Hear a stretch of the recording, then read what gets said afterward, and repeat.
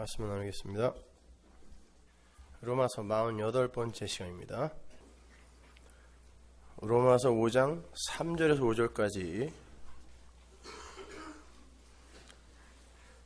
함께 봉독하겠습니다. 다만 이뿐 아니라 우리가 환난 중에도 즐거워하나니 이는 환난은 인내를, 인내는 연단을, 연단은 소망을 이루는 줄 알미로다. 소망이 부끄럽게 아니함은 우리에게 주신 성령으로 말미암아 하나님의 사랑이 우리 마음에 부은 바 됨이니. 아멘. 여러분은 주일학교 시절에 어떤 노래를 제일 많이 부르셨어요? 한번 생각해 보세요. 기억을 한번 떠올려 보세요. 주일학교 때 제일 많이 불렀던 노래.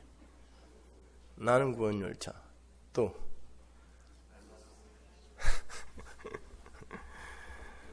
그거 모르세요?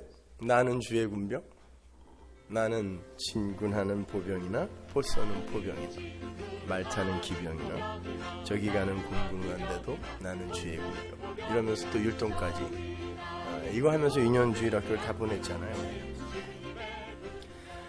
이런 노래를 부르면서 항상 마음속에 뭔지 모를 그 전의가 불타지 않았습니까? 나는 주의 군병. 싸워야 된다는 거죠. 분명 어떤 대적이 나를 공격해 올 거고 나는 그 대적과 피 튀기는 전투를 해야 한다는 그런 각오가 가슴에 새겨졌어요. 그리고 그 전쟁에서 반드시 이겨야 나는 천국에 들어갈 수 있다는 결연하나 불안한 그런 의지도 생겼던 것 같습니다. 그러나 그 중심에는 항상 나는 선한 편이라는 전제가 있는 거죠. 그런데 자라면서 저는 그 대적의 정체가 너무 모호하다는 생각을 많이 하게 되었어요. 말로는 마귀, 사탄, 죄 등이 내가 싸워야 할 대적이라고 하면서 그게 도대체 뭔지 몰랐어요. 그래서 고작 할 수 있었던 게 도덕적이고 윤리적인 사람이 되는 거, 무례하지 않게 사는 거, 법규를 잘 지키는 거, 착한 일 하기 싫어도 마음 추스려서 열심히 해보는 거, 이런 것들을 열심히 하면서 저의 전투 일지를 써 내려갔던 것 같아요. 그러면 성경이 말하는 대로 세상이 그런 나를 감당치 못할 것이라고 생각했고 하나님은 그런 나를 기뻐할 거고 그로 말미암아 큰 칭찬을 받는 사람이 될 거라는 그런 유아적 기대가 마음속에 있었습니다. 그런데 성경을 보니까 세상이 감당할 수 없는 주의 군병들의 본세가 영 기대했던 거와 달랐어요. 한번 볼까요? 히브리서 11장 35절. 어떤 이들은 더 좋은 부활을 얻고자 하여 악형을 받되 구차히 면하지 아니하였으며 또 어떤 이들은 희롱과 채찍질 뿐 아니라 결박과 옥에 갇히는 시험도 받았으며 돌로 치는 것과 톱으로 켜는 것과 시험과 칼에 죽는 것을 당하고 양과 염소의 가죽을 입고 유리하여 궁핍과 환난과 학대를 받았으니 이런 사람은 세상이 감당치 못하도다. 저희가 광야와 산중과 암혈과 토굴에 유리하였느니라. 이런 거 읽으면 전부 유관순누나 생각나죠. 그렇게 사는 게 세상을 이기는 것이다. 우린 미루어 추측하잖아요. 정말 세상을 이렇게 악바리처럼 이 악물고 이기는 게 하나님이 우리에게 요구하시는 이김일까요, 여러분? 그것이 승리일까요? 그런 그 악바리들과 함께 천국에서 영원히 산다는 게 행복하세요?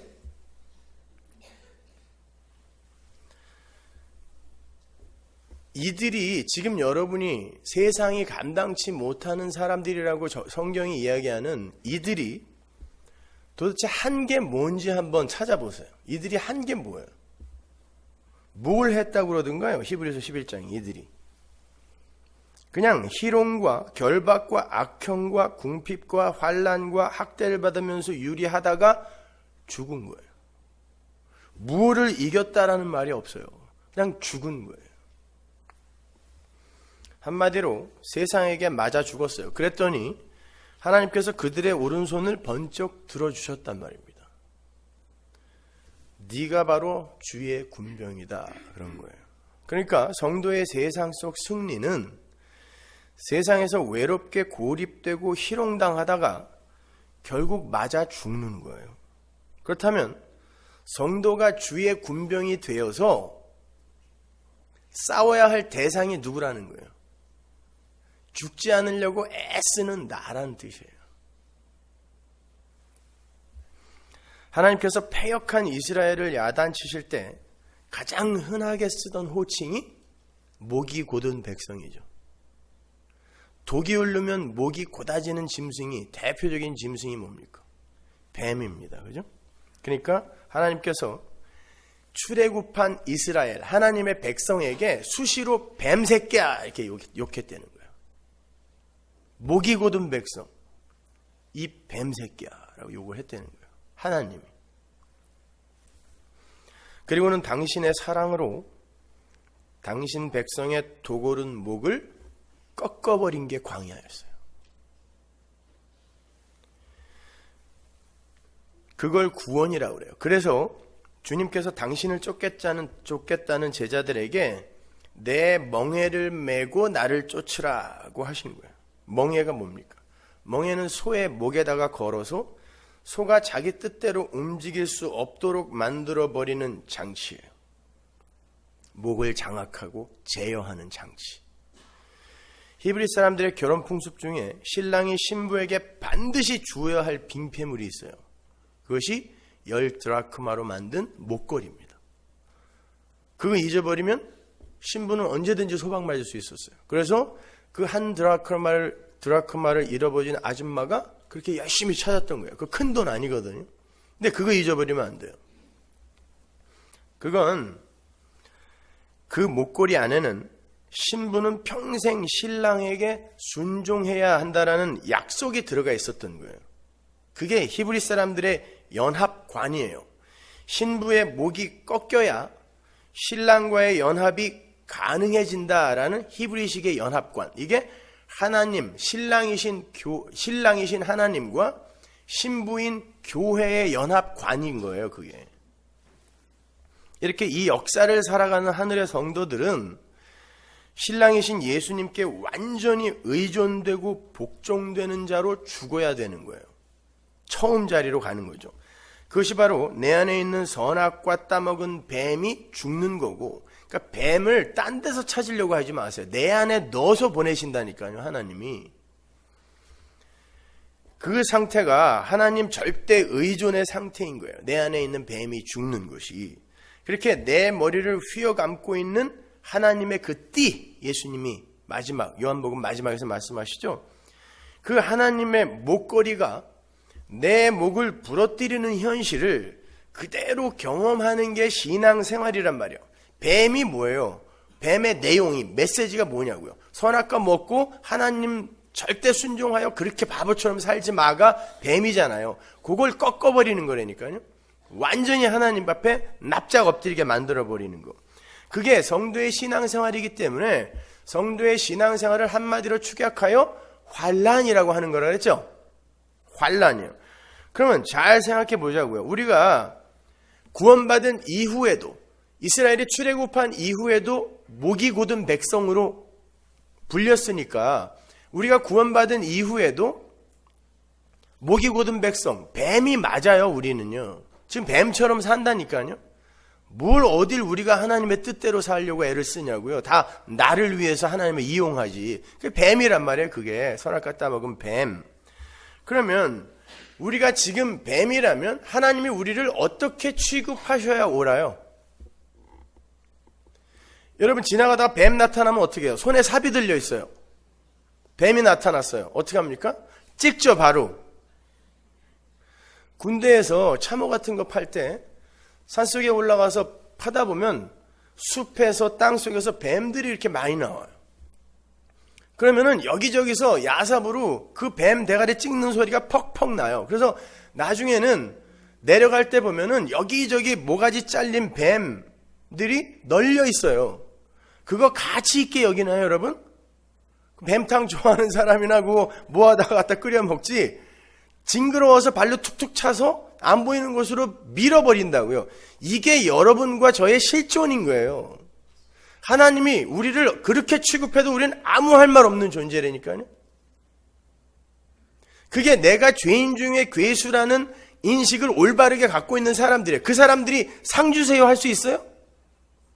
생각을 해보시란 말이에요. 내가 죄인 중에 괴수라며, 뱀 중에도 최고 악한 뱀이라며 내가. 근데 그 뱀들이 뭐 잘난 거 해놓고 이걸로 상 받을 수 있을까 생각할 수 있냐고요.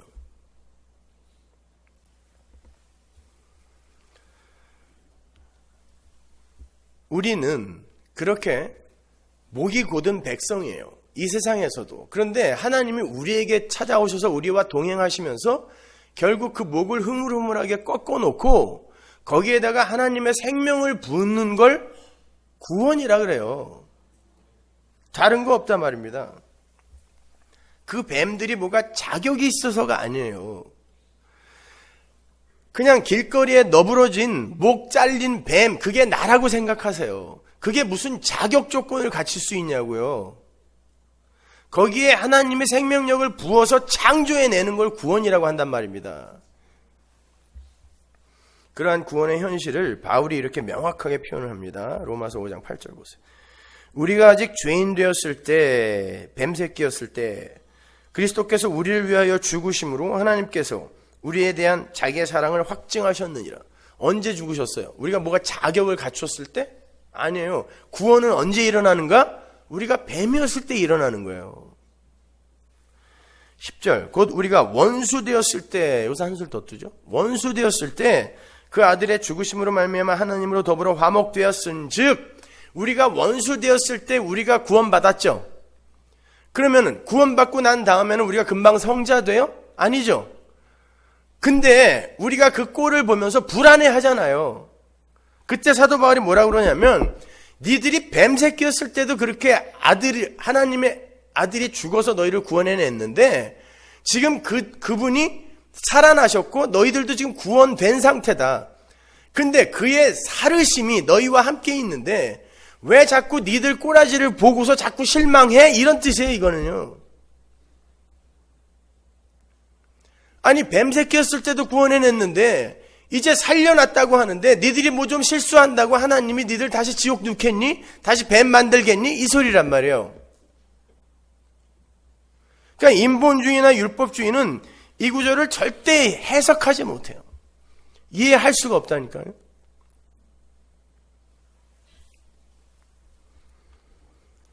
우리는 지난주에 창세기의 첫 창조에서부터 시작해서 분리라는 현실을 통하여 성도의 환난의 필연성에 대해서 공부를 했어요. 그 분리의 중심에는 항상 예수 그리스도의 십자가가 약속으로 오롯하게 드러나고 있음을 우리가 확실하게 봤습니다. 창세기의 첫 세 날에 예수 그리스도의 십자가와 하나님의 추상 같은 언약이 확실하게 들어있었고, 두 번째 세 날에는 하늘의 왕들과 땅의 왕들 간의 전투가 암시되어 있었죠. 그러니까 하늘의 영역, 땅의 영역에다가 전부 왕을 세운단 말이에요. 그러니까 이렇게 생각하세요. 묵시가 이미 있었고 역사가 그 후에 오는 게 아니라 이건 동시에 가는 거라니까요. 그래서 제가 꿈이라는 이야기를 해드린 거예요. 그러니까 이 창세기 1장이 묵시 속에 창조를 모형하는 것과 동시에 이 역사 속에서 어떤 일이 일어나게 될까를 복선으로 깔고 있는 거란 말입니다. 그러나 결국에는 하늘의 영역이 땅의 영역을 장악하여 안식으로 종결되는 거예요. 그 안에 예수라는 약속이 들어가 있는 거란 말입니다. 그 창세기 1장이. 그런데 이 역사 속에서는 땅의 왕들이 하늘의 왕을 죽이는 모습으로, 이게 십자가였잖아요. 그리고 우리의 인생도 마찬가지예요. 역사 전체가 바로 그런 모습으로 흘러가게 되는 거예요. 그래서 그걸 역창조라고 이야기했잖아요. 그러니까 예수님이 이 땅에 오셔서 죽는 게 맞는 거죠. 하늘의 왕이 땅의 권세 잡은 자에게 맞아 죽는 게 십자가였으니까. 여러분은 왕 같은 제사장이라면서요. 하늘의 왕이란 말이에요. 여러분이 바로 세상 왕들에게 맞아 죽는 거예요. 이 세상에서. 그게 맞는 거란 말입니다. 그렇게 하늘의 왕이 땅의 왕에게 맞아 죽는 그런 분리의 그림을 명확하게 그려준 것이 바로 가인과 아벨의 이야기, 그리고 그 아벨의 죽음으로 말미암아 탄생되는 하나님의 라인, 하나님의 후손 셋의 이야기에서 확실하게 드러난 거라 그랬죠. 그게 바로 지난주까지 공부한 부분입니다. 성경은 그 상태에서 또 분리를 보여줘요. 아벨을 때려 죽인 가인의 후손들과 죽은 아벨 대신에 하나님께서 탄생시킨 셋의 후손들의 분리죠. 여러분이 아시는 것처럼 가인의 후손들은 농업, 과학, 기술, 예술, 심지어 미모까지 제일 이쁜 여자가 그 후손에서 나왔어요. 이게 다 세상이 힘으로 간직하고 있는 거예요. 이쁜 여자들은 언제든지 폭력을 행사할 수 있죠. 남자에게 얼굴로. 그 힘이에요. 그 폭력이라고. 이 세상의 주관자들로 가인의 후예들이 서요. 그리고 세상에서 뛰어난 이름을 내면서 살아가죠. 그리고 가인의 악도 그 후손 때에 가서는 77배로 늘어나요. 죄의 확산성과 점진성을 이야기하는 거예요. 당연합니다. 멸망으로 가는 역사의 악은 우리는 직선적 역사관을 갖고 있어요. 시간이 시작됐으면 끝나는 거란 말이에요. 근데 끝이 어디예요? 멸망이니까 가면 갈수록 죄와 악이 더욱더 확산되고 점진된단 말입니다. 그죠? 그래서 옛날에는 도저히 할 수 없었던 그런 파렴치한 일을 요즘은 그냥 막 하고 드라마에도 막 나오죠. 점점 확산되는 거예요. 점진된단 말입니다. 근데 셋의 후손들은 어떻게 해요? 지리멸렬의 모습으로 가다가 하나님의 이름만 부르면서 살아요. 창세기 4장 24절 보세요. 가인을 위하여는 벌이 7배일진데 라멕을 위하여는 벌이 77배이리로다 하였더라. 악의 확산성이에요. 점진성. 아담이 다시 아내와 동침하며 그가 아들을 낳아 그 이름을 셋이라 하였으니 이는 하나님이 내게 가인에 죽인 아벨 대신에 다른 씨를 주셨다 하시며, 이게 씨, 제라가 후손이에요. 이거를 사도 바울이 후손은 한 사람, 그리스도다 그랬다고. 그러니까 셋이 예수 그리스도의 모형인 거예요. 셋도 그 아들을 낳고 예수가 어떤 이들을 낳아요. 교회를 낳죠. 예수가 아들을 낳았는데 그들이 에노스예요. 근데 에노스가 뭘 불렀다 그래요? 여호와의 이름을 불렀다 그러죠. 여호와의 이름은 누구의 이름? 구원자이신 성자 예수의 이름이에요. 그 여호와, 엘로힘과 다른 이름이라 그랬죠. 자, 성도, 예수에 의해서 탄생된 성도는 반드시 예수의 이름, 구원자 예수의 이름만 부르게 되어 있다라는 거예요. 가인의 후예들은 이 땅에서 과학, 문명, 농업, 미모 모든 걸 장악하면서 자기들의 구원과 행복을 위하여 열심히 달리는데, 셋의 후손들, 그 씨의 후손들은 이 땅에서 예수의 이름만 부르더라는 거예요. 그 어떤 외모도 그들은 구축해낼 수 없고 그 어떤 세상의 가치와 힘도 쌓아낼 수가 없는 거예요. 그러니까 예수의 이름만 부르는 거예요. 여호와의 이름만. 그렇게 에노스, 셋의 그 씨의 후손들이 예수의 이름만 부르게 되기 위해서는 이 땅에서 그들이 부정되고 부인되는 과정을 반드시 겪게 되죠. 그게 셋의 후손들의 죽음이란 말이에요. 하나님은 그 일을 위해 셋의 후손들을 가인의 후손들이 만든 문명에서 아웃사이더로 계속 밀어내는 거예요. 낫을 하나 벼리러 가더라도 그들은 가인의 동네에 가서 구걸을 해야 됐어요. 당시에. 로마서 10장 13절 보세요. 누구든지 주의 이름을 부르는 자는 구원을 얻으리라. 이제 이게 무슨 말인지 아시겠죠? 주의 이름을 부른다고 해서 다 구원받는 거 아니에요. 그러면 예수님이 하신 말과 컨플릭이 생기잖아요. 주여 주여 하는 자마다 다 구원받는 거 아니다 그랬는데 여기는 주의 이름을 부르는 자가 다 구원받는다고 그러잖아요. 그 말이 아니란 말이에요. 나의 이름이 아니라 예수의 이름, 그 앞에 납작 엎드리는 자가 주의 이름을 부르는 거예요. 에노스처럼. 그들이 구원받은 자다라는 뜻이에요. 주의 이름을 부르면 이게 조건이 되어 구원받는다가 아니라 구원받는 자들은 반드시 주의 이름만 부르게 돼 있다라는 이런 뜻이에요. 그런즉 저희가 믿지 아니하는 일을 어찌 부르리요? 거기에 믿음이 가입하는 거죠. 그러니까 믿음이 들어가서 구원을 받게 되는 자는 반드시 주의 이름을 부르는 거예요. 구원자의 이름을 부르는 거예요. 자기의 힘과 노력으로 이 세상 그 어떤 것으로도 구원에 이르려는 시도를 중단하게 되는 거예요. 자, 이사야서 64장 6절 보세요. 인간들이 스스로의 힘으로 주의 이름을 부를 수 있는지. 대저 우리는 다 부정한 자 같아서 우리의 의는 다 더러운 옷 같으며, 이 필티레게 더러운 똥꼴레란 뜻이죠. 우리는 다 쇠피함이 잎사귀 같으므로 우리의 죄악이 바람같이 우리를 몰아가나이다. 주의 이름을 부르는 자가 없으며 스스로 분발하여 주를 붙잡는 자가 없사오니 이는 주께서 우리에게 얼굴을 숨기시며 우리의 죄악을 인하여 우리로 소멸되게 하셨음이니이다. 이게 이 땅에 태어나는 모든 인간들의 실존이에요. 근데 거기에서 주의 이름을 부르는 자로 만들어내는 게 구원이란 말이에요. 이건 다 소멸이거든요. 근데 주의 이름을 부르게 된다는 게 뭐냐고요. 하나님, 내 힘으로는 그 어떤 것도 해낼 수가 없네요. 이게 육의 죽음이란 말입니다. 요 죽음. 이리로 몰려가는 걸 성도라고 해요. 그렇게 셋의 후손들이 여호와의 이름을 부르면서 하늘 소망으로 살아가는데 거기에서 또 분리가 일어나죠. 하나님의 은혜를 입은 노아와 하나님의 은혜 밖의 세상, 이렇게 또 분리가 일어나요. 세상은 홍수가 임하여 다 쓸어버릴 때까지도 먹고 마시고 시집가고 장가가면서 의를 전파하는 노아를, 베드로가 그러죠. 의를 전파했다. 누구의 의겠어요? 우리가 로마서에서 공부하는 하나님의 그 의. 니네 저 방주 안으로 들어가야지, 안 그러면 다 죽는다. 그때 사람들이 뭐라 그랬겠어요? 왜 죽어? 우리 이렇게 착하게 살고 있는데. 노아는 계속해서 아니 아무리 착하게 살아도 안 돼. 방주 안으로 들어가야 살아. 이게 의를 전파하는 거예요. 오늘날도 똑같아요. 이 율법주의는 그 말을 이해하지 못해요. 예수 믿어야 된다. 방주 안으로 들어가야 산다라고 복음을 이야기하면 아니야 우리 잘 살고 있어 이렇게 이야기한다. 그 의를 전파하는 노아를 세상이 조롱했습니다. 그렇다고 하나님께서 노아의 세상적 수고를 감해준 것도 아니에요. 노아는 배를 지으면서도 자기 식구들의 먹거리를 스스로 준비해야 됐어요. 하나님이 하늘에서 뚝뚝 떨어뜨려 안 줬어요.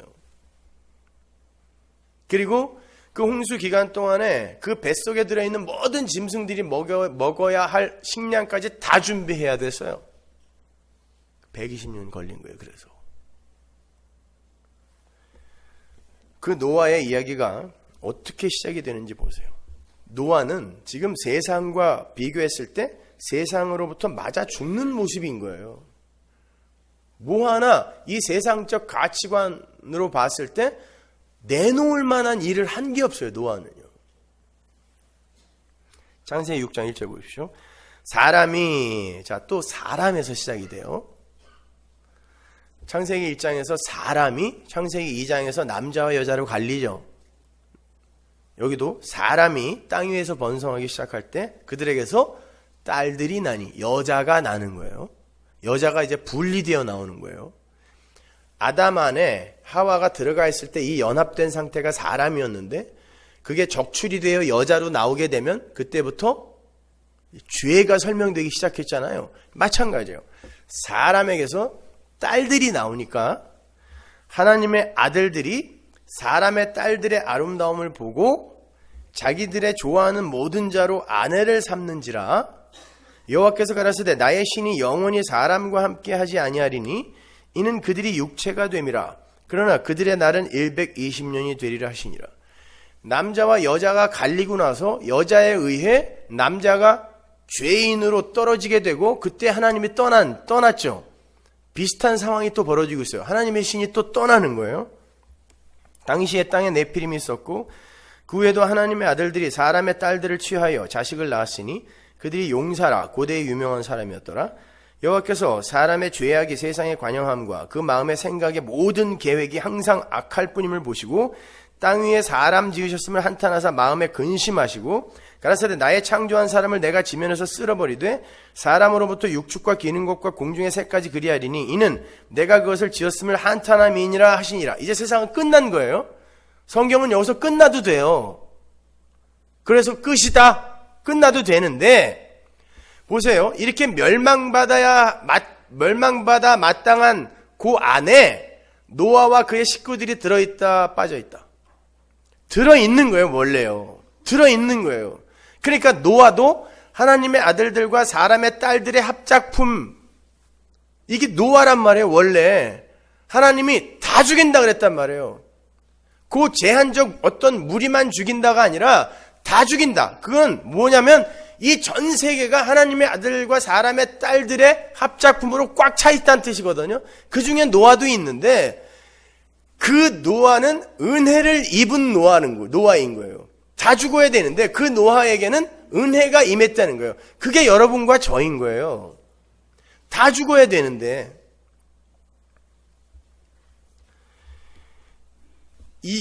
이 하나님의 아들들과 사람의 이 딸들의 이야기는 바로 우리 안에 남자와 여자가 공존한 상태로 이 땅에 내려와서 여기서 우리가 네피림, 유명한 자, 용사를 낳는 거죠. 이게 인간들의 추구죠. 선악 따먹은 아담들의 추구. 되고 싶은 나잖아요. 이것들이 다. 세상에서 용사 되고 싶고 유명한 자 되고 싶고 큰 자, 거인 되고 싶잖아요. 누구든지 지켜줄 수 있는 힘센 자, 네피림이잖아요. 이게. 하나님의 아들과 사람의 딸들이 이 땅에 나와서 낳는 것이 다 그건 거예요. 우리가 낳는 게 지금 그거잖아요. 예수 믿는데도 우리는 그것만 낳고 있잖아요. 지금요. 그러면 그 상태에서 우리가 살 수 있는 방법이 뭐냐고요. 은혜밖에 없는 거예요. 그게 노아의 이야기예요. 근데 노아는 어떻게 구원받았냐면 지가 뭘 해서가 아니에요. 방주 안으로 들어가서예요. 예수 안으로 들어가서 예수 믿은 거예요. 노아가 믿음으로 노아는 그러잖아요. 그 믿음의 실체는 예수란 말이에요. 그러니까 노아가 예수를 믿은 거라니까요. 우리보다는 덜 선명한 그림으로 믿었지만 노아가 믿은 거예요. 예수를. 그렇게 분리가 일어나는 거예요. 여러분 여기에서요. 이 히브리 원어로 봤을 때 이 한글 개역 성경과 확연히 다른 게 뭐냐면 여기 보면 한글 개역 성경으로 보면 그 땅에 네피림이 있었는데 하나님의 아들들이 사람의 딸들과 결혼을 해서 네피림을 낳은 것처럼 이렇게 그려져 있어요. 근데 히브리 원어로 보면 그게 아니라 그 땅에 그 무렵 네피림이 있었는데 하나님의 아들들이 사람의 딸들, 그러니까 히브리 원어로 보면 네피림과 사람의 딸들이 동격이에요. 그러니까 네피림, 사람의 딸들, 이 세상에서 거인되고자 하는 자와 하나님의 아들이 결혼하여 우리가 하나님의 아들인 하늘의 장자들인 우리가 선악과 입에 물고 이 세상에 내려오는 거예요. 내려와서 뭘 배우냐면 방주 아니었으면 죽었구나를 배우고 가는 게 이 세상인 거죠. 그런데 그 과정 속에서 세상은 자기가 하고 싶은 거 다 하고 힘도 과시하고 다 하는데 우리는 그 예수를 위해서 무언가를 하는 자로만 살게 되는 거예요. 그리고는 결국은 그 배로 그냥 쏙 들어가는 거예요. 세상에서는 죽는 거예요, 그게. 방주 안으로 들어가서 문이 딱 닫히면 우리는 세상에서 죽는 거예요. 세상은 그러겠죠. 저런 바보들 결국 죽었네. 근데 우리가 사는 거예요. 사드락과 메삭과 아벳느고가 풀무불, 곁에 있는 군인들도 확 태워버린 그 풀무불 안으로 쑥 들어갔어요. 세상에서 봤을 땐 죽었네 했는데 죽었더니 예수가 그 안에 있었어요. 4명이 그 안에서 걸어다녔다고. 그러면 그들은 풀무불 안에서 밖을 보면서 뭐라 그랬겠어요? 쟤네 죽었네 그랬을 거 아닙니까? 이게 방주와 똑같은 그림인 거예요. 스데반을 돌로 치면서 이놈 죽었네 하는데 스데반은 하늘과 연결이 되어 있었어요. 돌에 맞으면서 쟤네 죽었네 이렇게 되는 거예요. 이게 갈라디아서 6장 14절이에요. 서로를 향하여 쟤네 죽었네 그러고 있는 거. 근데 세상의 가치관이나 세계관으로 보면 우리가 죽는 게 맞아요. 우리는 역사 속에서 계속 그렇게 죽는단 말입니다. 베드로전서 3장 20절 보세요. 그들은 전에 노아의 날 방주 예비할 동안 하나님을 오래 참고 기다리실 때 순종치 아니하던 자들이라. 방주에서 물로 말미암아 구원을 얻은 자가 몇 명뿐이니 겨우 8명이라. 물은 예수 그리스도의 부활하심으로 말미암아 이제 너희를 구원하는 표니 곧 세례라. 육체의 더러운 것을 제하여 버림이 아니요 오직 선한 양심이 하나님을 향하여 찾아가는 것이라. 여기 20절에 보면 물로 말미암아 구원을 받았다는 그런 어구가 나오죠. 이건 물로부터 구원을 받았다가 아니라 바이, 디아라는 전치사는 바이란 뜻이에요. 물에 의해 구원을 받았다는 뜻이에요. 물이 뭔데? 세상을 다 죽여버린 게 물이었잖아요. 근데 그게 뭔데 물에 의해 우리가 구원을 받았다고 지금 베드로가 이야기하냔 말이에요. 그 밑에 나오잖아요. 물은 하고 나오잖아요. 뭐래요? 물이. 세례래요. 물이. 근데 그 세례가 뭔데? 물이 뭔데? 도대체 물에 의해 우리가 살아나냐고요. 예수님이 뭐라 그래요? 마가복음 10장 38절. 예수께서 가라사대 너희 구하는 것을 너희가 알지 못하는도다. 너희가 나의 마시는 잔을 마시며 나의 받는 세례를 받을 수 있느냐? 이 세례가 뭐예요? 십자가. 그러니까 물이 방주를 때려 죽이고 방주 안에 들어있는 내가 사는 거예요. 그래서 물에 의해 내가 살았다라고 하는 거예요. 근데 그 물은 뭐냐면 육체의 더러움을 제하여 버리는 게 아니에요. 여러분을 도덕적으로 깨끗하게 살게 만들고 훌륭하게 성숙시키는 게 물이 하는 일이 아니라 선한 양심, 토부, 이게 뭐예요? 원래 창조 시의 우리의 마음, 하나님 절대 의존의 마음, 선한 양심이 하나님만 찾아가게 하는 거, 이게 물이란 말이에요. 이게 세례란 말입니다. 이게 노아의 방주 이야기라고요. 그렇게 하나님만 찾아가는 그 삶이 이 세상 속에서 가치 있어 보이겠냐고요. 다들 로즈볼인가 뭔지 거기에서 촛불 들고 지금 사인하고 있는데 우리는 그냥 신경 쓰지 맙시다. 이게 가치 있어 보여요? 그 사람들이 정의의 편인 것 같고 우리는 굉장히 행동 없는 양심, 불성실한 사람 같이 안 보여요?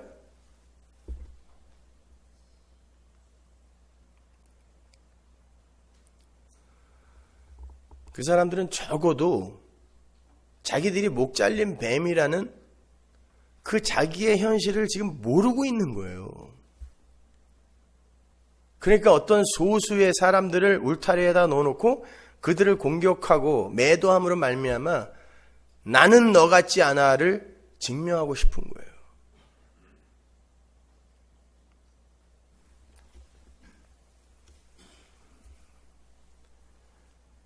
이렇게 우리는 예수의 세례, 그 물에 의해 살아난 거예요. 거저 살아난 거예요. 그런데 예수님이 너희도 그 세례 받는다 그래요. 그럼 그 물이 뭘 제하는 거예요? 우리에게서 이 육체의 더러움이 아니라 하나님 말고 나를 높이며 살려고 하는 그 우상성, 이걸 제하는 거예요. 물이 평생 우리 모가지 꺾는다는 뜻이에요. 물이, 세례가. 한번 보세요. 마가복음 10장 39절. 예수께서 이르시되 너희가 나의 마시는 잔을 마시며 나의 받는 세례를 받으려니와. 우리도 그 물에 빠져 죽게 돼 있다니까요. 예수님의 십자가 진다는 뜻이에요. 예수님의 십자가는 뭐라고 했어요? 지난주에 오체가 하나님에 의해 장악되는 거예요. 머리까지 가시관 씌우고. 그게 세례예요. 그게 십자가란 말입니다. 그러한 노아에게서 또 분리가 일어나요. 셈과 함으로 갈라지죠. 함은 선악과 따먹은 뱀의 역할로, 셈은 그저 황송한 하나님의 은혜만을 찬송하는 자로 등장해요. 함은 아버지의 벌거벗음을 율법으로 판단해버리죠. 우리 아버지 벌거벗었네. 이 한마디로 함은 저주의 대명사가 돼요. 그게 도대체 뭐가 그렇게 잘못된 말이에요? 벗은 사람 보고 벗었다 그러는데. 그 말 속에는 벌거벗은 것은 악이고 그 악을 우리 아버지가 행했으므로 아버지는 악하다라는 이 선악구조 속에서의 함의 판단이 함축되어 있는 거예요. 그러니까 웃은 거예요. 비웃은 거예요. 우리 아버지 벗었네. 이게 선악구조 속에서의 선악 판단인 거죠. 이걸 죄라 그래요. 반면에 셈은 부끄러움이고 뭐고 스스로 판단하지 않고 그냥 뒤로 가서 덮어버려요. 이게 바로 하나님의 은혜인 거죠. 하나님의 구원, 즉 저주의 홍수에서 그들이 살아난 건 그들의 자격이나 조건이나 열심과 노력에 의한 것이 아니라 하나님의 무조건적인 덮으심의 은혜로 이루어진 것임을 셈이 믿음으로 알고 있었다는 거예요. 이 세상 속에서 함 같은 사람이 존경을 받습니까? 셈 같은 사람이 존경을 받습니까? 당연히 함 같은 사람이 존경을 받아요. 자기들이 악과 죄를 스스로의 기준에 의해서 판단해서 그것들을 척결하는 데 힘을 쏟고 인간들의 힘과 노력으로 성취해 놓은 공평하고 행복한 세상을 이루겠다고 하죠. 이게 오늘날 건강한 교회, 건강한 교인이라고 하는 자들이 하는 일 아니에요, 이게? 그러니까 세상은 그들을 존경해요. 일간지까지도 그들을 존경해 주죠. 그들 편을 들어줍니다. 이게 건강한 교회라고. 왜냐하면 그들은 예수를 모르기 때문에 아무리 십자가를 이야기해도 우리를 칭찬할 수가 없어요.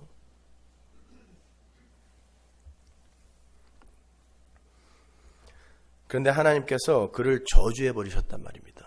이걸 똑바로 보세요. 그 함의 후손들은 셈의 후손인 이스라엘이 애굽에서 종노릇할 때 함의 아들 누구? 가나안 땅에서 잘 먹고 잘 살고 있었어요. 자, 분리가 일어났어요.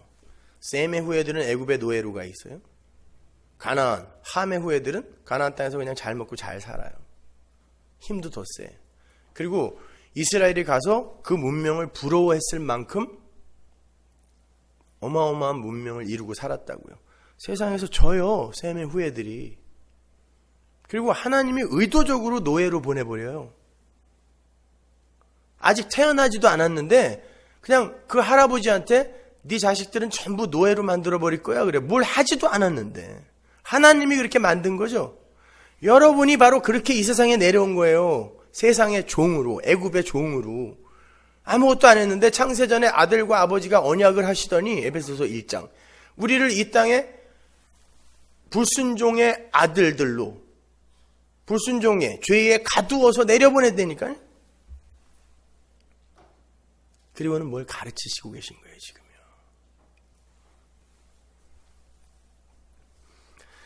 성경은 셈에게서도 분리를 끌어내죠. 아브라함과 바벨론은 갈대아예요. 그죠? 갈대아 사람, 전 세계의 힘의 원리 속에 있는 그런 세상 사람들을 의미하고 아브라함, 둘로 또 분리가 일어나는 거죠. 바벨론은 메소포타미아 문명의 발상지라고 했어요. 갈대아는 4,000년 전에 수세식 화장실이 있다고 그랬죠. 진짜로 로마에서 3,000년 전에 쓰던 수세식 화장실을 제가 비행기 안에서 한번 봤거든요. 다큐멘터리 프로그램을. 오늘날과 별반 다를 게 없어요. 더 쾌적해 오히려. 3,000년 전 로마에 있던 아파트에 그 수세식 화장실과 상수도 시설이 오늘날 아파트의 수세식 화장실이나 상수도 시설하고 별반 다를 게 없더라니까요. 그러니까 진화론이니 뭐니 이런 건 다 개소리예요. 오히려 더 퇴보한 것도 많아요. 근데 거기에서 끄집어내서 어디로 보냈어요? 광야로 보내버려요. 분리가 일어났는데 거기서 잘 먹고 잘 살던 사람을 광야로 보내서 죽을 때까지 텐트만 치게 했어요. 장막 생활을 하게 했단 말입니다. 나그네로 살게 했어요. 누가 승리자처럼 보여요? 당연히 바벨론이 승리자처럼 보여요. 그래서 요한계시록에도 보면은 바벨론이 항상 화려해요. 두중이는 늘 두들겨 맞다가 죽어요.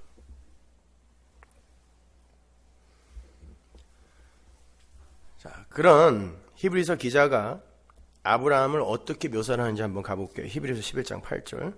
믿음으로 아브라함은 부르심을 받았을 때 순종하여 장래 기업으로 받을 땅에 나갈새 갈 바를 알지 못하고 나갔으며 믿음으로 저가 외방에 있는 것 같이 약속하신 땅에 우고하여 동일한 약속을 유업으로 받은 이삭과 야곱으로 더불어 장막에 거하였으니 약속하신 땅 가나안에 들어가서도 천막만 치고 살았다는 거예요. 약속의 땅에 들어가면 거기서 고대광실 훌륭한 집 짓고 살아야 되는 거 아니에요? 근데 하나님이 그렇게 하셨다는 거예요. 믿음으로. 누구까지? 이삭과 야곱까지. 하나님을 뭐라고 불러요? 아브라함의 하나님, 이삭의 하나님, 야곱의 하나님. 우리 전체 모든 성도를 다 이렇게 만든다 뜻이에요. 이는 하나님의 경영하시고 지으실 터가 있는 성을 받았음이니라. 자, 이렇게 아브라함은 가나안에 들어가서도 이 역사라는 땅에 기둥 하나 못 박는 그런 삶을 살았어요. 여러분 한번 곰곰이 생각해 보세요. 이스라엘이 아직 태어나기도 전에 아브라함이라는 그들의 조상에게 하나님의 약속이 주어졌어요. 너희 후손들을 애굽의 종으로 만들어 버리겠다 였어요. 아직 태어나지도 않았는데 그냥 하나님 마음대로 시나리오를 쓰신 거예요. 이스라엘은 그냥 태어나 보니까 애굽이에요. 그들이 태어나고 싶어서 태어난 것도 아니라 나 보니까 애굽이야. 나 보니까 세상에 와 있네 내가. 근데 이 세상에 온 이상 세상처럼 살아야 돼요.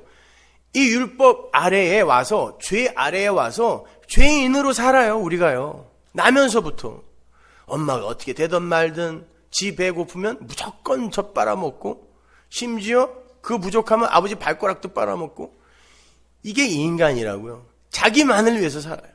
나면서부터 죄인이에요. 엄마 아버지의 체면 이런 거 없어요. 갖고 싶은 거 있으면 무조건 누워버려. 이게 애기들이라고요. 누가 애기들이 착하다 그래요.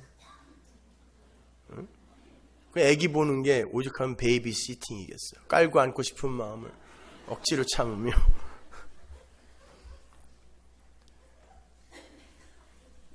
그런데 하나님께서 애굽과 이스라엘 사이에 핍박을 던져요. 그래놓고 또 분리를 시키세요. 그렇게 보내놓고 중보자 예수 그리스도를 모형하는 모세가 그들을 애굽에서 건져내옵니다. 그리고는 가나안 앞에서 모세를 죽여버림으로 말미암아 니들이 모세의 죽음, 중보자의 죽음으로 약속의 땅에 들어간다를 또 설명해내시는 거거든요.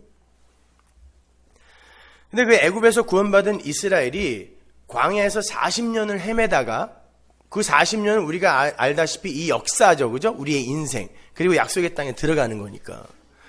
그리고 가나안으로 들어가는데 가나안에서도 광야에서와 똑같이 장막 생활을 하게 한단 말이에요.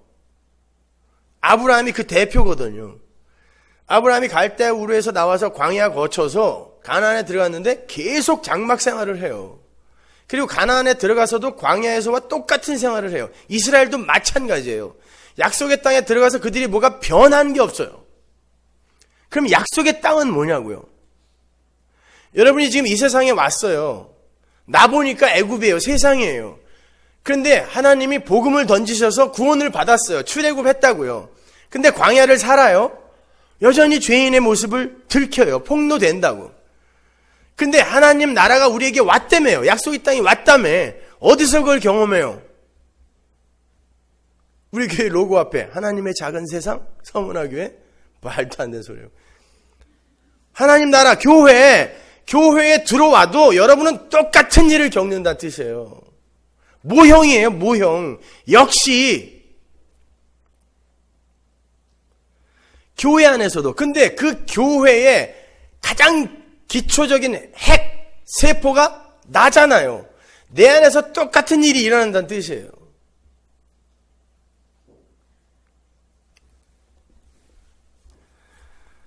내 안에서 1차적으로 역사와 교회가 축약이 되어 경험되어지게 돼 있어요.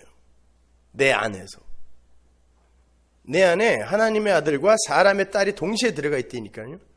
그런데 사람의 딸에 의해 늘 하나님의 아들이 죽음에 처해요. 이 경험을 계속 하게 돼 있어요. 그래서 나는 목 잘린 뱀 맞아요. 죄인 중에 계수 맞아요. 이 고백을 반드시 하게 돼 있다고 우리는. 그래서 그래야 거기에서 예수의 십자가만 영광받을 수 있어요. 막 살아도 된다는 그런 뜻 아니에요, 여러분.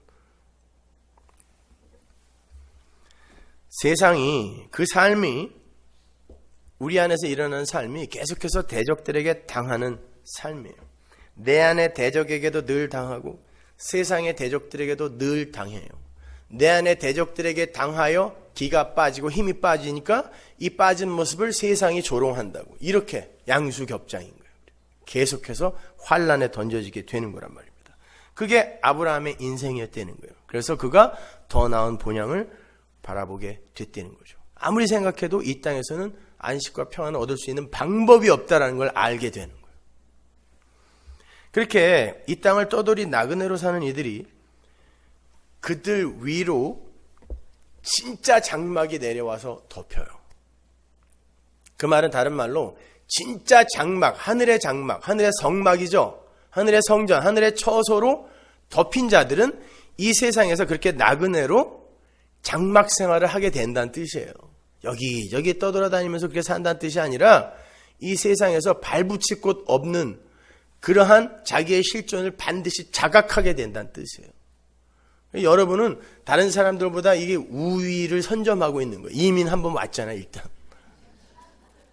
나그네로. 얼마나 서러워요. 이해가 더 쉽죠? 나그네 이야기가. 계시록 7장 14절 보세요. 내가 가로되 내 주여 당신이 알리이다 하니 그가 나더러 이르되 이는 큰 환란에서 나오는 자들인데 어린 양의 피에 그 옷을 씻어 희게 하였느니라. 자, 환란에서 나오는 자들, 그들이 하나님의 백성이에요. 그러니까 세상이 환란이고 거기에서 하늘로 올라오는 걸 환란에서 나온다 그래요. 그러니까 세상 전체를 환란이라고 하는 거예요. 근데 그들이 어린 양의 피, 그 피 뿌린 옷을 입고 있는데 그게 하얀 옷이에요. 세마포예요. 그러니까 예수의 십자가, 그 피를 믿지 않는 자는 여기에 해당 없는 겁니다. 그러므로 그들이 하나님의 보좌 앞에 있고 또 그의 성전에서 밤낮 하나님을 섬김에 보좌에 앉으시니가 그들 위에 장막을 치시리니. 이게 하나님 나라의 현실이에요. 근데 이 장막이 어디에 등장하냐면 요한복음 1장에 등장해요. 말씀이 육신이 되어 우리 가운데 거하심에, 그 단어가 똑같은 단어예요. 말씀이 육신이 되어 우리 위에 장막으로 치심에, 이런 뜻이거든요. 예수가 장막인 거예요. 그 예수라는 장막, 하나님과 하나님의 백성들의 연합된 처소, 거기가 예수 안이란 말이에요. In Christ, 그리스도 안. 그러니까 그리스도라는 장막에 의해 덮인 자들은 이 세상 속에서 환란을 통과하며 장막 생활을 하더라. 이게 그 이야기인 거예요. 그러니까 당연히 하나님의 백성들은 세상에게 계속해서 맞아 죽고 조롱당하는 거예요. 핍박당하는 거예요. 모함당하는 거예요. 그렇게 계속해서 가는 거예요.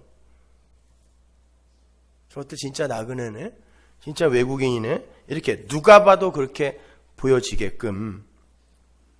여러분, 고대 시대 때 장막 생활을 한다는 건 목숨 내놓고 산 거예요. 당시에는 부족 국가 시대이기 때문에 이웃이나 부족이 그들의 힘이었어요. 그들의 울타리였는데 거기에서 나와서 텐트를 치고 사는 건 아무나 죽여서 땅에 묻어도 괜찮았어요. 그때는. 그게 우리의 모습이에요. 근데 하나님이 그렇게 놔두신다니까요. 그렇게 이 땅에서 장막 치고 사는 나그네로 살게 되는 성도들만 나그네로 오신 장막이신 그분을 알아보게 되는 거예요. 성경은 여러분 한치의 오차도 없어요. 그래서 그들만 나그네로 오신 예수를 알아보고 영접하는 거예요. 예수를 영접하는 자만 살아요.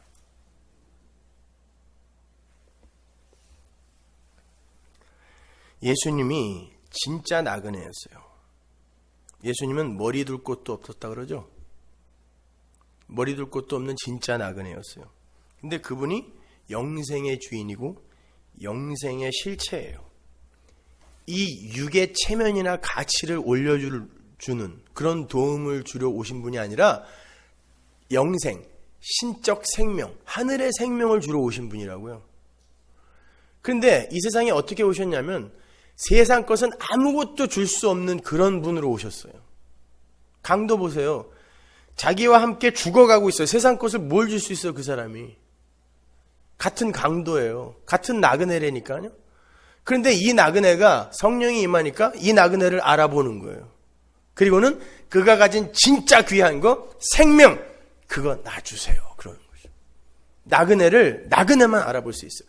내가 진짜 강도 맞아요. 이 사람만 그 나그네를 영접할 수 있는 거예요. 마태복음 7장 12절 보세요. 그러므로 무엇이든지 남에게 대접을 받고자 하는 대로 너희도 남을 대접하라. 이것이 율법이요 선지자니라. 바로 요 말이에요. 이게 무슨 말이냐면 내가 대접받기 위해서는 남을 똑같이 그렇게 대접해주면 그 사람이 대접해줄 것이다가 아니라 진짜 그렇던가요? 안 그래요.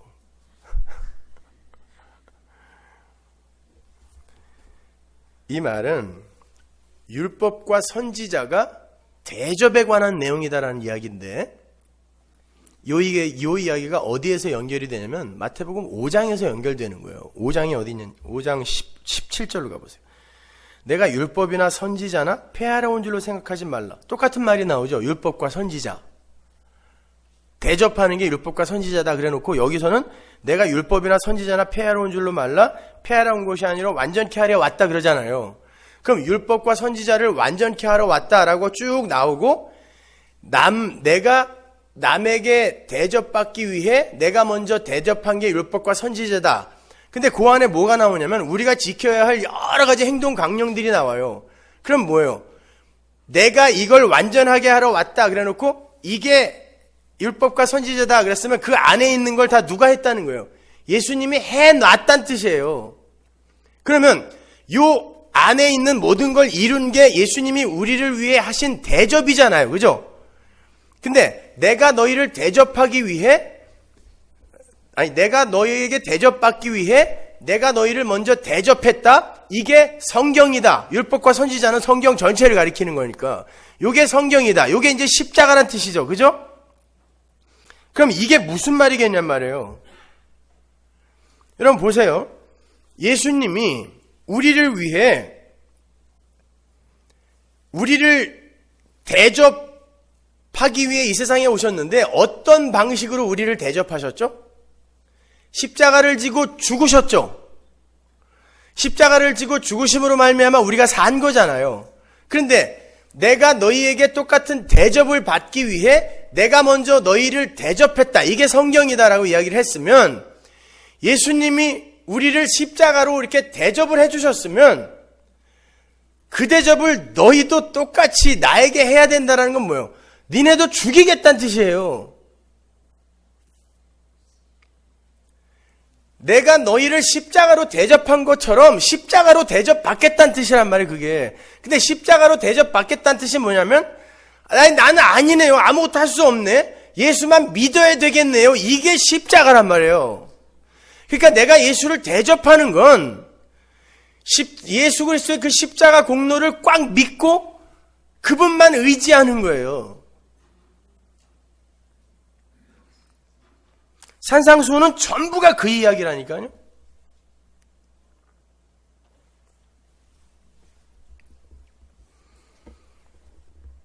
그러니까 그 예수님 옆에 그 강도도 그걸 알아먹었던 거예요.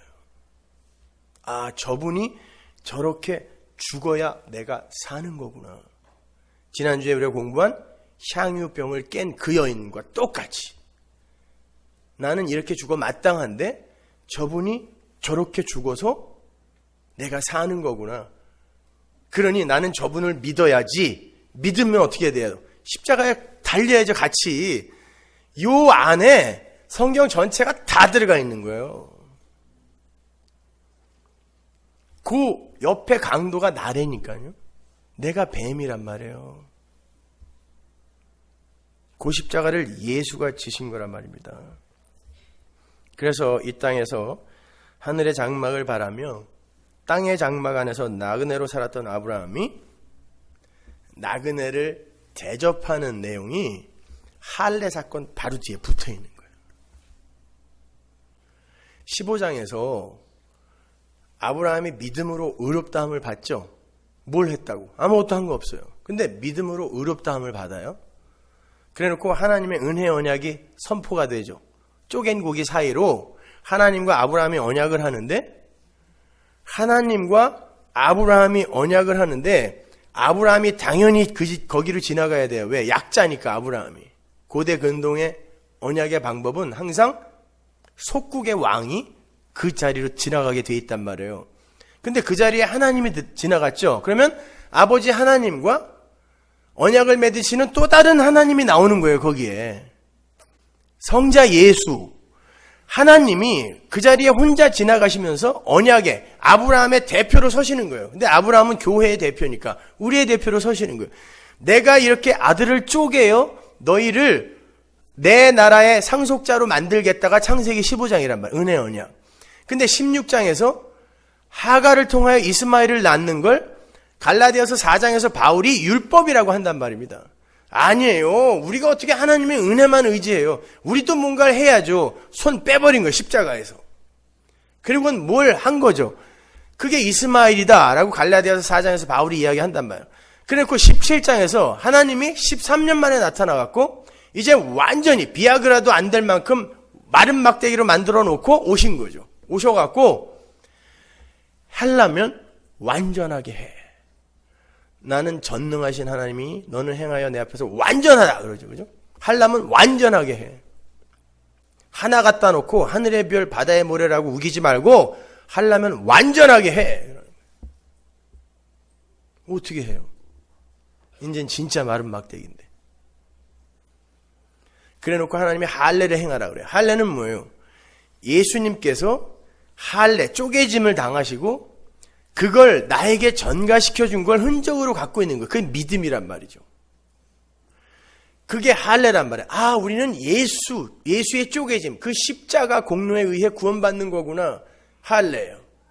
그런 사람이 어떻게 되겠냐고. 나는 아무것도 아니네. 그 사람이 나그네로 오는 하나님을 영접한다가 18장인 거예요. 그 나그네들 안에 하나님이 계셨다니까요. 근데 나그네를 영접했어요. 어떻게? 믿음으로 나온다고요. 히브리서 13장에 나오죠. 믿음으로 어떤 이는 나그네를 대접했는데 그 중에 천사가 있더라. 이 이야기가 그 이야기예요. 믿음으로란 말이에요. 믿음이 들어가니까 예, 맞습니다. 나는 아닙니다. 그러니 하나님, 이 땅에 나그네로 오신 이사야서 53장에 그 연약한 모습으로 오신 그분이 내 구세주가 맞습니다 하고 영접하는 거예요. 18장. 근데 19장에서 소돔과 고모라는 어떻게 해요? 야, 하나님이고 뭐고 내보내라. 내 쾌락, 내 행복, 내 가치를 위해 하나님을 사용하는 이들이 율법주의인 거예요. 왜 제가 소돔과 고모라를 율법주의라고 하냐면 성경이 그렇게 이야기한단 말이에요. 신명기 10장 보세요. 19절 너희는 나그네를 사랑하라. 전에 너희도 애굽 땅에서 나그네 되었었음이라. 이건 단순히 그냥 지나가는 나그네들 잘 대접해서 섬겨라. 그러면 복 줄게. 이 말이 아니에요. 이게 바로 성도에게 요구되는 니들 진짜 예수 믿어. 이 말이에요. 히브리서 13장 2절 보세요. 손님 대접하기를 잊지 말라. 이로써 부지 중에 천사들을 대접한 이들이 있었느니라. 요거예요. 요 말이에요. 이게 아브라함의 이야기거든요. 그런데 제가 왜 소돔과 고모라를 아브라함과 이렇게 비교하여 말씀을 드리냐면 예레미야 23장으로 가면 14절 보세요. 내가 예루살렘 선지자들에게서, 예루살렘 선지자는 율법주의를 가르치던 선생들이죠. 그죠? 예루살렘 선지자니까. 율법주의의 총화, 예루살렘 선지자들에게서 가증한 일이 있음을 보았나니 그들은 간음을 행하며 행악자의 손을 굳게 하여 사람으로 그 악에서 돌이킴이 없게 하였은즉 그들은 다 내 앞에서 소돔 사람과 다름이 없고 그 거민은 고모라 사람과 다름이 없느니라. 뭐를? 예루살렘과 예루살렘의 선지자들의 행사를 다 소돔과 고모라라고 이야기한다고요. 15절 그러므로 만군의 여호와 내가 선지자에 대하여 이같이 말하노라. 보라, 내가 그들에게 쑥을 먹이며 독한 물을 마시우리니 이는 사기 예루살렘 선지자들에게서 나와서 온 땅에 퍼짐이라 하시니라. 예루살렘 선지자들이 니들 막 살아라, 함부로 그냥 도덕윤리 이런 거 무시하고 막 살아라 이런 말 안 했어요. 똑바로 살아, 율법 잘 지키고 제사 잘 지내야 돼, 이 이야기 했다고요. 근데 결국 그게 자기들을 위한 거였어요. 인간들을 위한 거. 성경은 그걸 간음이라 그래요. 그걸 우상성이라 그래요. 그걸 소돔과 고모라라 그래요.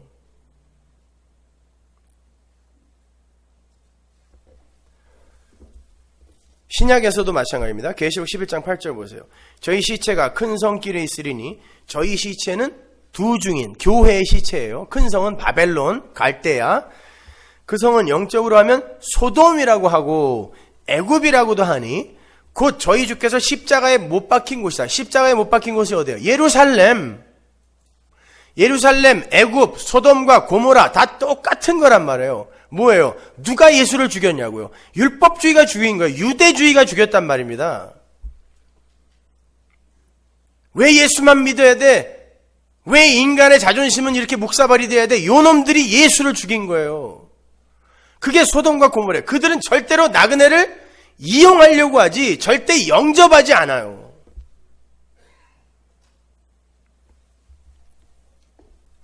그러한 나그네 대접에 대한 이야기는 예수님께서 비유로 정확하게 또 이야기를 해주시죠. 마태복음 25장으로 가면 소자로 온 나그네로 오신 예수를 대접한 무리, 그리고 대접하지 않은 무리가 양과 염소로 등장해요. 그리고는 거기 대접이라는 개념이 등장한다. 근데 재밌는 건 양들은 하나님 내가 언제 했죠? 언제 예수님 대접했어요? 라고 자기가 한 걸 기억을 못하고, 염소들은 나 했어요 라고 자기를 주장해요. 자기의 행위를 주장한다고. 자, 이 이야기가 지금 아브라함의 창세기 18장의 이야기에서부터 연결이 되는 거거든요. 어떻게 연결이 되는지 보세요. 아브라함이, 믿음의 조상인 아브라함이 나그네를 대접한 게 무슨 이야기인지 한번 잘 보시란 말이에요. 우리는 이 이야기를 보면서 서둘러서 지극히 작은 소자 하나에게 한 일이 예수님에게 한 일이니까 지나가다가 소자, 그러니까 가난하고 병들고 불쌍한 이들을 보면 그냥 지나쳐서는 안 돼, 이렇게 도덕과 윤리로 해석을 한다고요. 그래서 심지어 어떤 사람은 자기가 지나가다가 거지 하나를 집으로 데려다가 열심히 씻기고 밥을 먹였더니 나중에 그분이 예수님으로 변하더라, 이런 간증을 진짜 하고 다니는 어떤 의사, 권사 있죠? 이 이야기를 그렇게 곡해하고 있는 거예요, 지금요. 그리고 우리도 그래야 되겠다라고 성경을 그냥 그렇게만 봐요.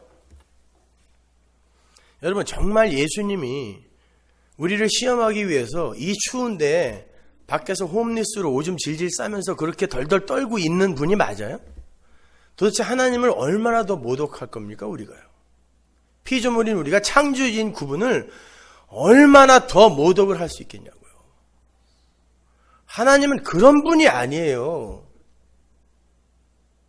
우리 같은 목 잘린 뱀을 시험하기 위해 어떻게든 상 주려고 이 추운 겨울에 불쌍한 거지로 덜덜덜덜 떨고 거적대게 쓰고 있어야 하는 그분이 하나님이라고요? 역시 나죠. 내가 대장이에요, 그 사람은요.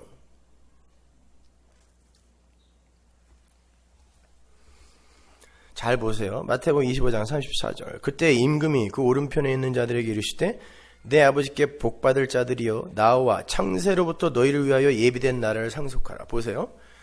내 오른편에 있는 양들아, 창세로부터 너희들에게 주기로 준비된 하나님 나라가 있다 그러죠.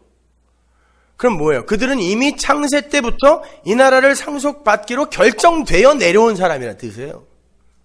창세로부터 받아라 그래요.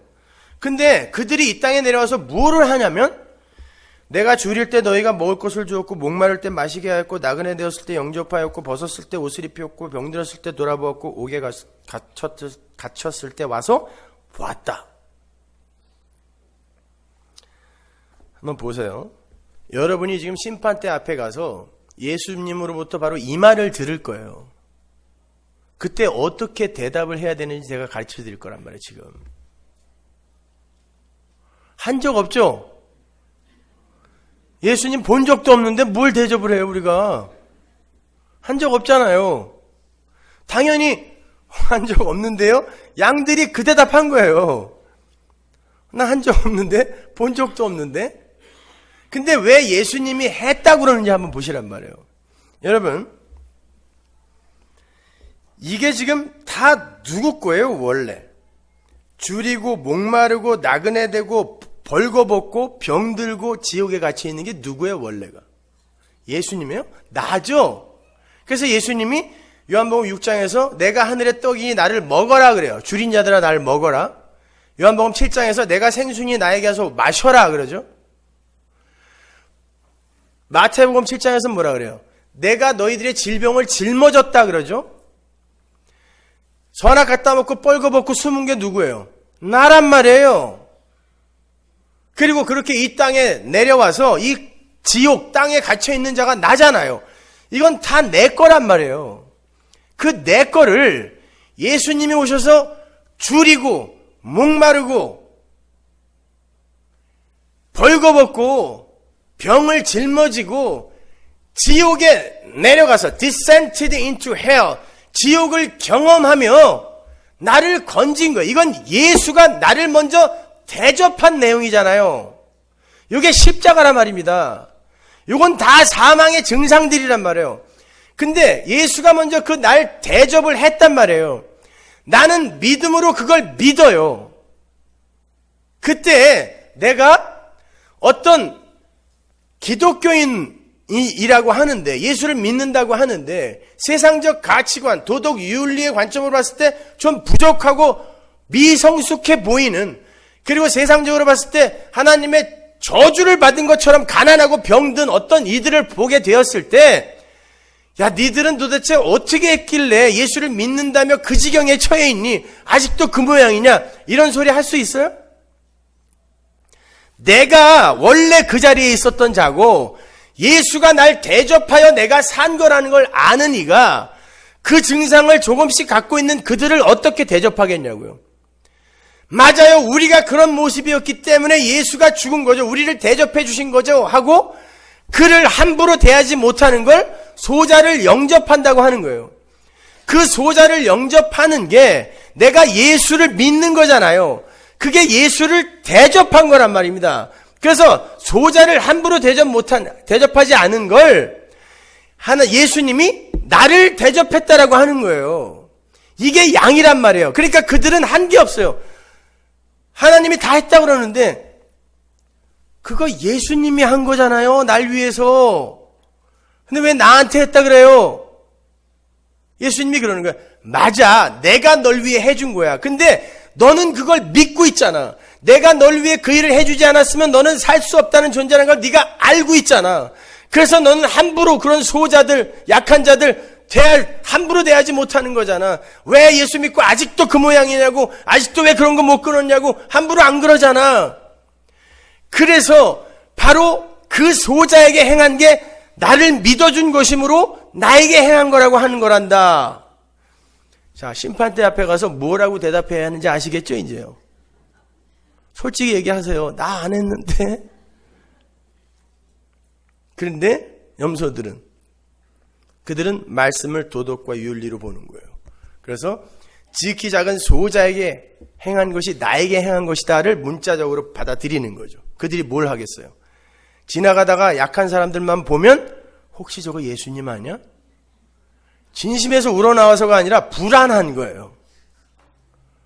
그들은 그 일을 하고 반드시 기록을 하게 돼 있어요. 심장에다 기록해. 하기 싫은 거 억지로 했기 때문에 잊어버릴 수가 없어요. 여러분 생각해 보세요. 이들이 진짜 예수님을 만났겠어요? 예수님 병 고쳐줬겠어요? 예수님에게 먹을 물을 드렸겠냐고, 이들이. 예수님은 그렇게 막 나타나시는 분이 아니에요. 근데 뭘 근거로 이렇게 함부로 이야기하냐고요. 아니, 성경에서 소자 하나에게 하면은 예수에게 한 거라며요. 이 말씀을 붙들고 우기는 거예요. 그래서 내가 했는데 왜 안 했다 그래요? 그런다고요. 세상적으로 봤을 때 염소들이 멋있어요? 양들이 멋있어요? 염소들은 뭔가 한다니까요? 그래 놓고 말씀을 거기다가 대입해서 하나님이 하라고 해서 했는데 왜 안 했다 그러냐고 우기게 된다고요. 이게 염소인 거예요. 그러니까 그들은 뭘 하고도 역시 자기를 위해 한 거잖아요. 그래서 소돔과 고모라라 그러는 거예요. 그들이 하나님을 대접한 게 아니라 오히려 하나님을 이용해 먹더라라고 이야기하는 거예요. 하나님 내놔, 내가 상관할 테니까, 이런다니까요. 그게 율법주의의 실체예요.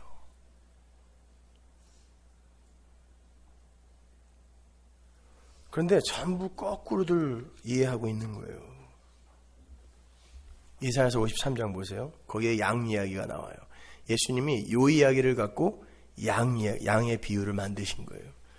53장 2절 그는 주 앞에서 자라나기를 연한 순 같고 마른 땅에서 나온 줄기 같아서 고운 모양도 없고 풍채도 없은즉 우리의 보기에 흠모할 만한 아름다운 것이 없도다. 그는 멸시를 받아서 사람에게 실어 버림받았으며 간고를 많이 겪었으며 질고를 아는 자라. 질병이에요.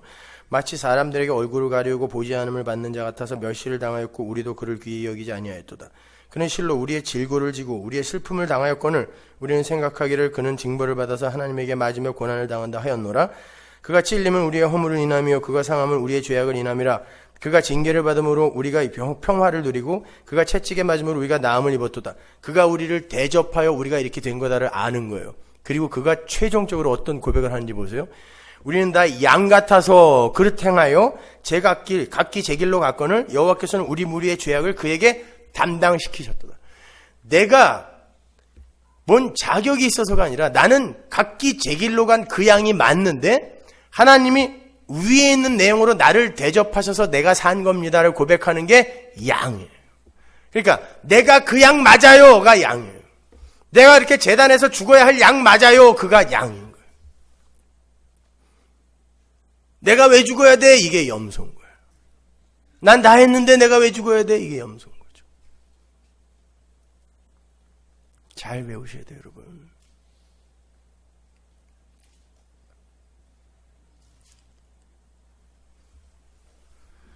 그렇게 자신이 자기의 행함이 아닌 예수님의 전적인 행함에 의해서 구원을 받은 이들은 절대 다른 이들을 향해 함부로 손가락질할 수 없어요. 그게 소자를 대접하는 거예요. 영접하는 거예요.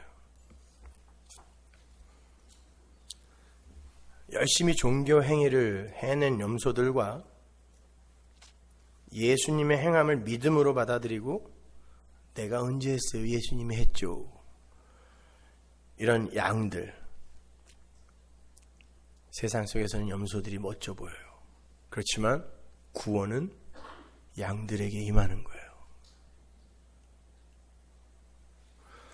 그래서 기독교의 복음이 복음인 거예요.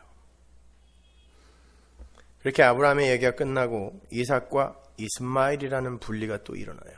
이삭은 이스마엘에게 항상 희롱을 당하는 존재. 당하는 거예요. 율법에게 은혜가. 이삭은 은혜의 아들, 이스마엘은 율법의 아들이잖아요. 율법에게 은혜가 맞아 죽는 거예요. 그렇게 이삭이 이스마엘에게 당하다가 결국에는 모리아산에서 칼을 맞아 죽는 역할, 예수의 역할로 그의 인생을 마감하는 겁니다. 그러한 이삭에게서 또 분리가 일어나죠. 야곱과 에서예요. 드디어 이스라엘이라는 민족이 등장하는 거예요. 이스라엘이 야곱의 다른 이름이니까 우리의 이야기인 거예요. 점점 명확해지죠. 이 점진성이라는 거예요. 성경에. 야곱의 12아들 그 가족들이 애굽으로 들어가서 이스라엘이 되어서 나오는 거죠. 그러니까 이스라엘과 에서의 이야기가 이제 펼쳐지는 거예요. 이게 구약 전체예요. 이렇게 해서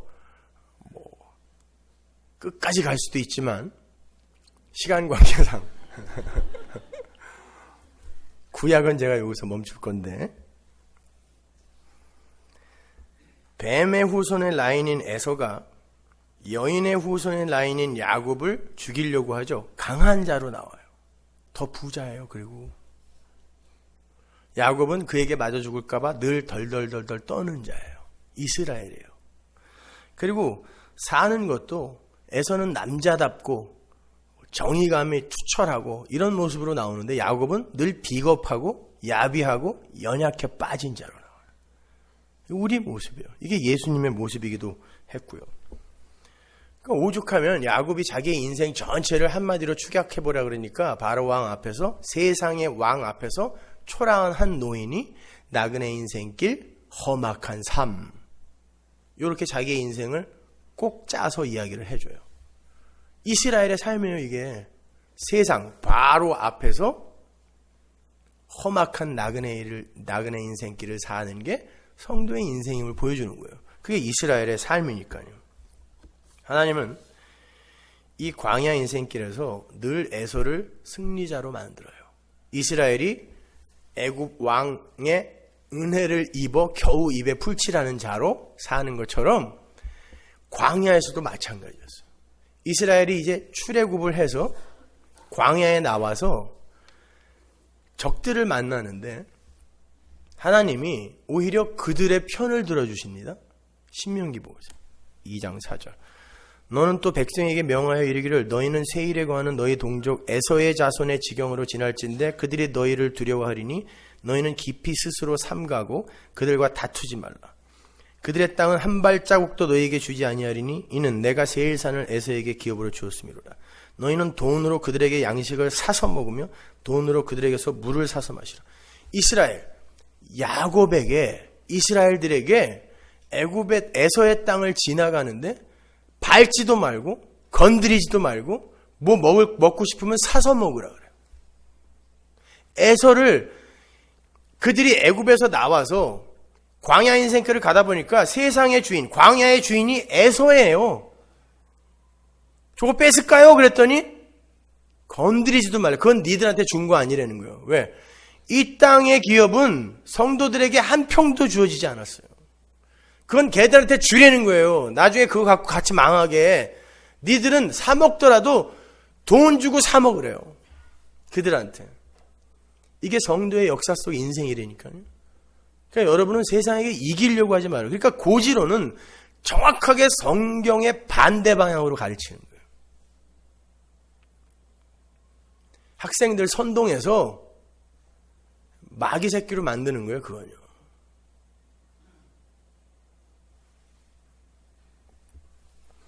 심지어 모압의 땅, 암몬의 땅, 뭡니까? 다 롯의 딸들과 롯이 근친상간에서 난 그 민족들인데 그들도 건드리지 말라 그래요. 그리고 그냥 주야장창 텐트 쳐 그럼 치고 걷어 그러면 걷고 나그네로 가라 그래요. 그들은 떵떵거리면서 이 땅에 뿌리 박고 사는데 건드리지도 못하게 한다니까요. 근데 이스라엘이 늘 그들의 삶을 동경해요. 쳐다보지도 말라 그랬는데 그걸 동경해요. 어떻게 알아요? 하나님이 그래요. 내가 그렇게 이야기했는데도 니들은 단 한순간도 내 앞에서 죄인이 아닌 적이 없었어 라고 이야기를 해요.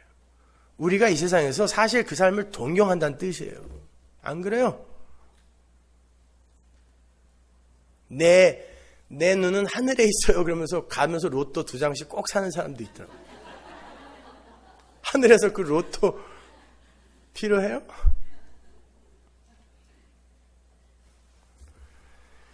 신명기 9장 6절 보세요. 그러므로 내가 알 것은 내 하나님 여호와께서 네게 이 아름다운 땅을 기업으로 주신 것이 내 의로움을 인함이 아니니라. 너는 목이 곧은 백성이니라.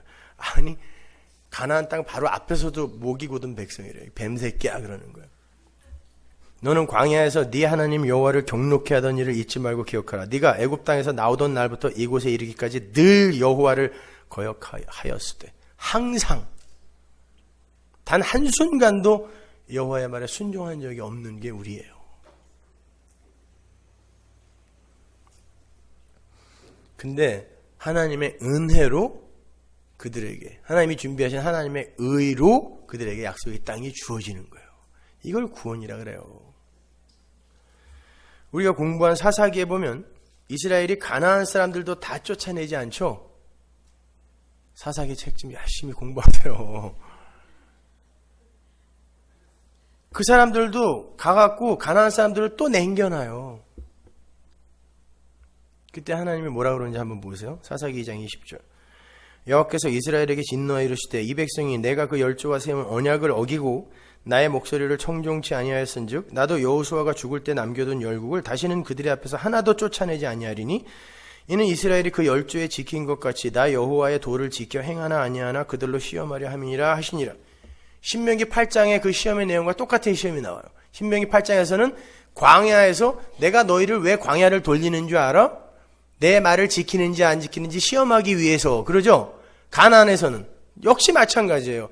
왜 내가 가나안을 놔두는 줄 알아? 니들이 내 도를 지키는지 안 지키는지 보려고. 결론은 안 지켰다죠. 그죠?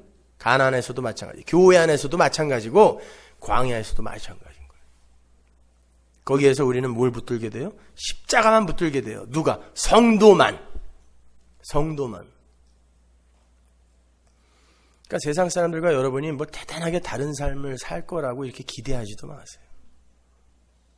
근사하게 위장은 할 수 있어도 크게 달라지지 않아요.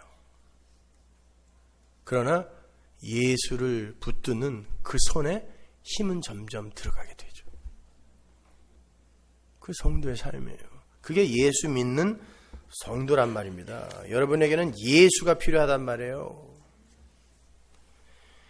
이렇게 하나님의 백성들이 이 역사 속에서 계속되는 분리를 경험하면서 육의 죽음, 육의 쪼개짐, 환난을 겪게 되는 거예요. 세상에게 맞아 죽어요. 그리고 결국에는 예수만 믿는 자로 완성되는 거예요. 이 모든 분리를 예수님께서 십자가에서 쪼개짐으로 다 받아내시죠. 신약이 열리면서 진짜 쪼개짐이 오는 거죠. 그래서 우리는 이 역사 속에서의 그 분리 체험이 예수의 십자가 체휴림을 이해하면서 넉넉히 이기는 거예요. 십자가에서 그렇게 진짜 쪼개졌구나. 그러니까 나도 쪼개져야 되는 게 맞는 거구나. 이렇게 넉넉히 이기게 되는 거예요. 그걸 안 사도 바울은 어떻게 살았을까요? 마찬가지야. 유대주의가 그를 어떻게 취급했는지 보세요. 사도행전 23장 11절.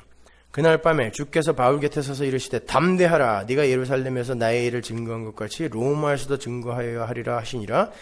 날이 새매 유대인들이 당을 지어, 이게 뭐예요? 사단의 회죠. 서문화교회에서 나오는 사단의 회. 유대주의예요. 율법주의. 맹세하되 바울을 죽이기 전에는 먹지도 아니하고 마시지도 아니하겠다 하고 이같이 동맹한 자가 40여 명이다. 사도 바울이 그들에게 뭘 했어요 도대체? 제사와 율법을 꼭 붙들고 있는 그들에게 예수 믿어야 된다라고 예수님의 십자가 전했어요. 성경에 나오는 사도 바울의 설교를 열심히 한번 읽어보세요. 뭐 대단한 게 있나? 사도 바울의 설교를 읽어보세요. 설교를. 편지 말고 설교를. 거기에 착하게 살아라, 뭐 해라 이런 거 있어요? 예수님의 십자가 이외에는 아무 이야기도 안 적혀 있어요. 너무 심플한데 그 이야기를 듣고 이렇게 죽이려고 달려들어야 맞아요? 내가 그놈 죽이기 전까지는 먹지도 않고 마시지도 않겠다고 어떤 놈들처럼 그러고 있는 거예요. 여러분이 세상으로부터 이 취급을 받게 돼 있어요. 여러분이 십자가를 진짜 삶으로 살아내고 입으로 전하면 여러분도 이 일을 반드시 겪게 돼 있어요. 그땐 잠시 피하는 거예요. 그렇게 세상은 자기들의 존재성과 자존심에 조금이라도 위해가 가면 참지를 못해요. 죽여버려야 돼요. 그래서 자신의 존재 가치를 폄하하는 모든 것을 죽여 없애려고 하는 거예요. 그런데 그 전쟁이 내 속에서 먼저 일어난단 말입니다. 근데 슬픈 건 구원을 받았다고 하는 우리 안에서도 수시로 여자가 남자를 이겨버려요.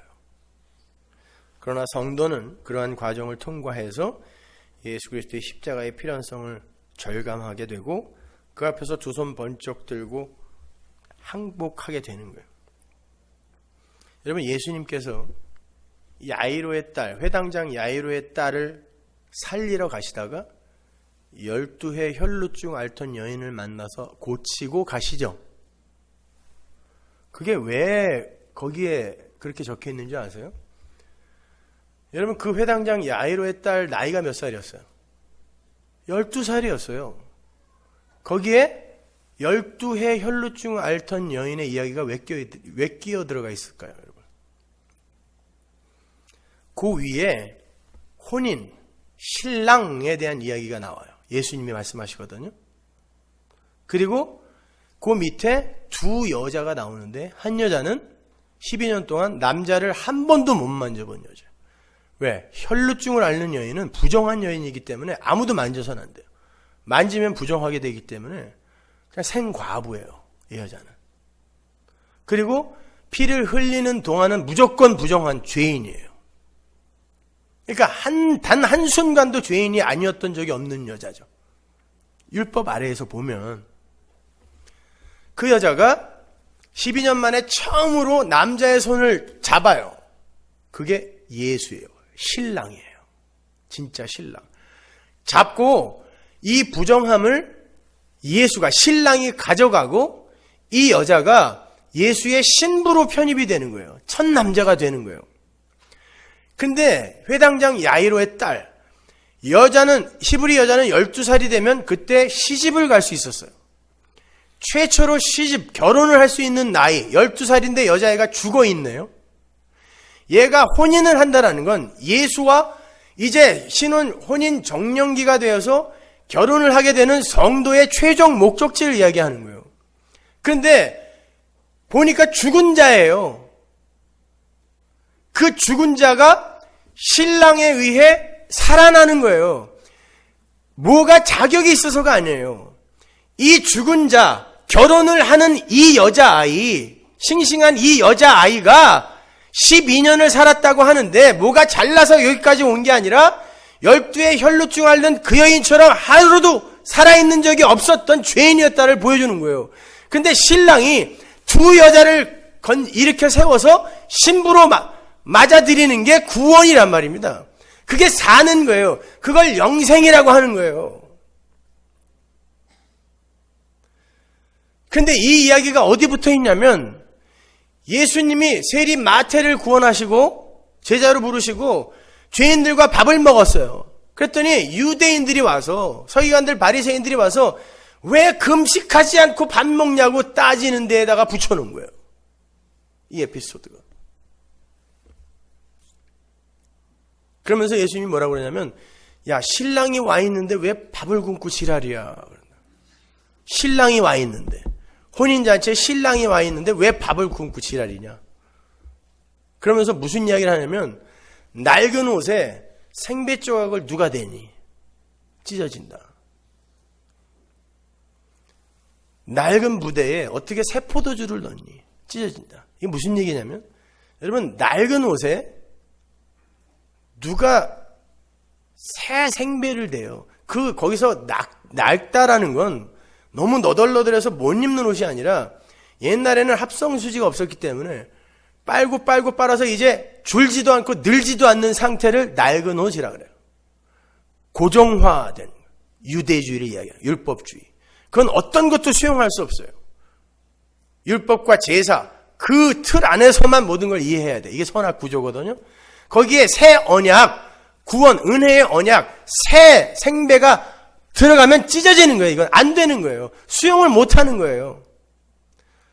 낡은 부대, 가죽 부대는 처음에는 너덜너덜하게 늘어나기도 하고 줄기도 하지만 이게 어느 정도가 되면 이게 딱 고정이 되거든요. 근데 새 포도주를 넣으면 이게 발효가 되어서 터져버린단 말이에요. 새 것을 수용 못하는 고정화된 율법주의, 유대주의를 이야기하는 거예요. 신랑이 와 있는데 금식이라는 율법을 지키겠다고 스스로 고생하고 있니? 자유를 줄 신랑이 내가 왔다. 근데 여전히 나한테 금식, 율법을 들이대?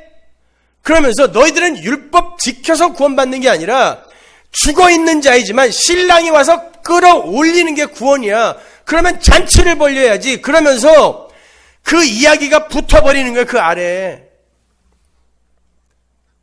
하나님의 신부는 이렇게 12의 혈루증 앓던 여자, 죽어있던 여자, 그런 자였는데 신랑이 살리는 거야. 이 은혜의 구원의 이야기. 이게 성경이라고요. 근데 그 예수만 의지하고 그 예수만 믿게 되는 그런 이들이 이 세상 속에서 가치 있는 대접 받겠어요? 애시당초 포기하세요. 그게 포기가 안 된다면 여러분 아직 예수 그리스도의 복음을 잘 이해 못하고 있는 거예요. 여러분은 더 깊은 환난 속으로 빠져들게 될 것이고 그 십자가의 쪼개짐, 부정됨, 무시됨 계속 겪게 될 겁니다.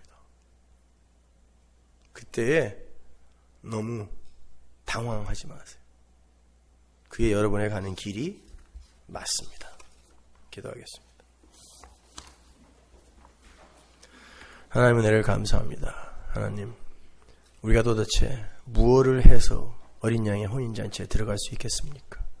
아니, 이런 목 잘린 뱀과 하나님의 아들이 혼인을 해준다는데 거기에 가서 이 목 잘린 뱀들이 무슨 일을 갖고 상을 달라고 너시를 떨겠습니까? 아버지 하나님, 예수 그리스도의 십자가 아래에서 하나님의 은혜 앞에 납작 엎드려 그 은혜를 찬송하는 우리 선언하게 되게 하여 주옵소서. 예수님 이름으로 기도합니다.